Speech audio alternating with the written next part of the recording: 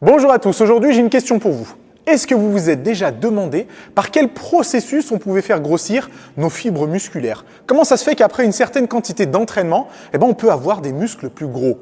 C'est plutôt intéressant de connaître le pourquoi du comment parce que ça peut vous permettre d'organiser votre programme d'entraînement d'une façon beaucoup plus cohérente. Et en fait, vous allez voir que ce n'est pas si difficile que ça à comprendre. Le but principal de votre organisme, c'est la survie. Et pour survivre, il va chercher à s'adapter à partir du moment où vous le soumettez à un certain stress. Je vous donne un petit exemple tout simple. Vous vous faites une coupure. Votre organisme va s'adapter en solidifiant le sang qui est aux alentours de cette coupure pour éviter un écoulement de sang trop important. Donc, il va s'adapter pour favoriser justement la survie. Mais qu'est-ce que ça a à voir avec la musculation? En fait, c'est tout simple. Votre corps va s'adapter à un certain stress, en l'occurrence l'entraînement, et va faire grossir les fibres musculaires pour que la tâche que vous avez effectuée soit plus facile à répéter dans le futur. Encore un petit exemple. Vous faites une série de 10 répétitions à 100 kg au squat. Vous ne pouvez pas en faire 11, vous ne pouvez pas en faire 12. La 10e, c'est vraiment la plus difficile. Votre organisme va percevoir cette série-là comme un stress et il va s'adapter en faisant grossir les fibres musculaires pour que cette même série de 10 à 100 kg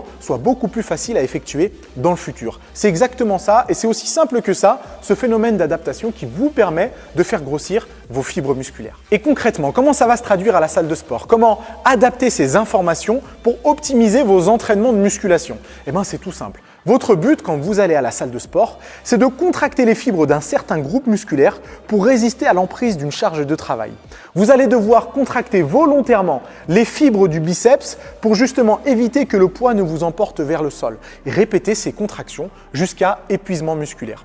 Cet épuisement musculaire peut très bien intervenir avec des séries courtes, des séries moyennes ou des séries un peu plus longues parce que ces différents types de séries vont toutes provoquer un stress différent qui va lui-même provoquer une adaptation et donc une croissance des fibres musculaires. Et en l'occurrence, vous provoquerez un stress mécanique avec des séries courtes, avec des charges lourdes, avec des récupérations un peu plus longues. Le stress mécanique, c'est en fait le fait d'endommager les fibres musculaires, de les déchirer et c'est ce qui provoquera une adaptation. Mais vous pouvez aussi provoquer un stress métabolique. Le stress métabolique intervient un peu plus avec des charges légères, des séries un peu plus courtes et des récupérations un peu plus courtes également. Et ce stress métabolique, c'est en fait l'accumulation de déchets à l'intérieur de la fibre musculaire qui provoquera lui aussi, qui déclenchera lui aussi le processus de croissance musculaire. Le seul souci, c'est que votre organisme est plutôt bien entraîné en termes d'adaptation. Et si vous essayez de provoquer le même stress encore et encore, malheureusement, il y a un moment où votre organisme ne va plus s'adapter et c'est ce qui va provoquer une certaine forme de stagnation. La seule expression à retenir ici, c'est surcharge progressive. Si vous voulez progresser de mois en mois et d'année en année, il va falloir vous assurer que votre entraînement soit de plus en plus intensif. Mais quand je dis intensif, ce n'est pas forcément en augmentant uniquement la charge de travail, le poids que vous utilisez. Vous avez d'autres modalités à faire varier pour justement vous assurer qu'il y ait une surcharge progressive.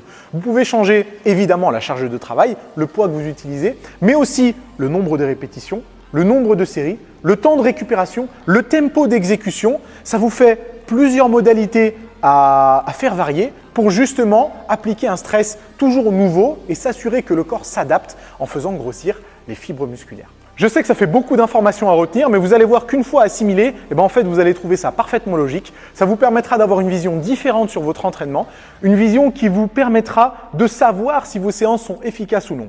Alors on résume.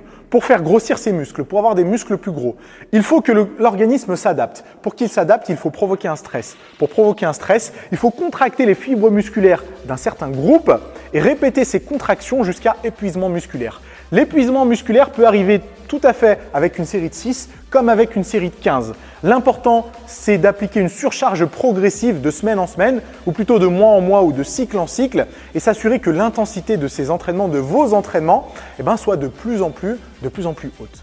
Alors toutes ces données, c'est un petit peu la partie émergée de l'iceberg. Il reste encore beaucoup de concepts à maîtriser pour être sûr de déclencher le mécanisme de croissance musculaire à chaque entraînement. Mais en tout cas, vous connaissez un petit peu les bases, vous connaissez le pourquoi du comment et je suis sûr que ça vous permettra d'une, de vous intéresser un petit peu plus à tous ces mécanismes et de deux, d'y voir un petit peu plus clair sur votre entraînement. Commencez déjà à poser vos questions dans les commentaires. Je m'efforcerai d'y répondre. Partagez la vidéo, continuez à vous abonner, un petit pouce bleu évidemment et puis on se retrouve plus tard dans la semaine pour des conseils sur la diète cette fois-ci.